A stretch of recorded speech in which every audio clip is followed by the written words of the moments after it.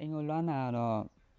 ဒီမှာအလုပ်လုပ်ပြီးတော့အဲ့လိုမျိုးခါလေးပြင်ပန်းတဲ့နေ့တွေဆိုရင်တော့အိမ်ပြန်ရှင်တယ်ပေါ့နော်ပြန်ရှင်တယ်ဆိုတာကဟိုအိမ်မှာပြန်နေရဖို့ဟိုထက်ကိုကျွန်တော်ပြန်လဲရှင်တယ်ပေါ့နော်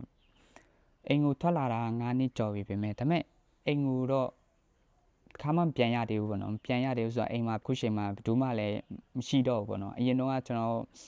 အာနာမသိခင်တော့ဆိုအိမ်မှာဆိုမိသားစုတွေစုံလင်နေရှိခဲ့တယ်ဒါပေမဲ့ဒီအာနာသိပြီး9နှစ်တာကာလအတွင်းမှာပဲအိမ်မှာတွေအကုန်လုံးပြောင်းလဲကုန်ပေါ့နော်အိမ်တစ်လုံးပဲကြံခဲ့ဘယ်သူမှလည်းမရှိတော့ဒါပေမဲ့အိမ်ဆိုတာအဲ့ဒီရဲ့အနှစ်တာလအရတာကိုပြန်ပြီးတော့ခန်းစားကြည့်ရှင်တော့ပြန်သွားကြည့်ရှင်တယ်ပေါ့နော်ဒါပေမဲ့ပြန်နေရှင်လားဆိုတော့